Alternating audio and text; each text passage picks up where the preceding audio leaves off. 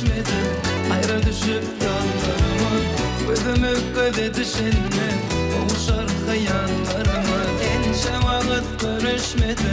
Ayrı düşüp yollarımız, gözümü göze düşünme, boğuşar hayallarımız. Bir gün seni görmesem, şu günüm kaygılı geçer. Bir gün seni görmesem, şu günüm kaygılı geçer. Bu geceyim gözlerimi, hıyalına men geleyim. Sana bolun duygularım, yavaşça beyan edeyim. Gerek olsa bu canımı, al sana koyup gideyim.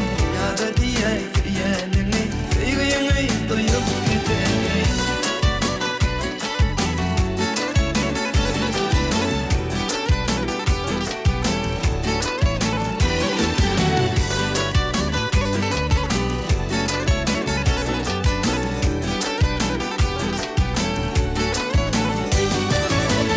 Bülbülünden ayrılır, bir gün ahıra çeker. Men hem devmen ayrılır, yüreğine kusta çıkar. Bülbülünden ayrılsa, bir gün ahıra çeker. Men hem devmen ayrılır, yüreğine kusta çıkar. Her gün seni görmesem, son günüm kaygılı geçer.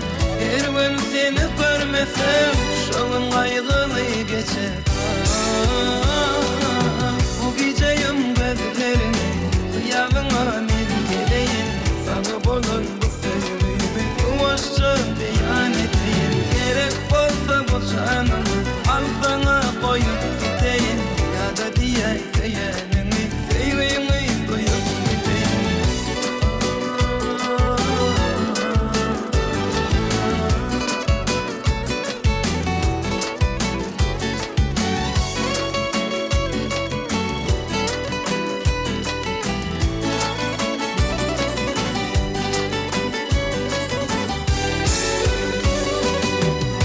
Geceyim gözlerimi, hıyalına men geleyim.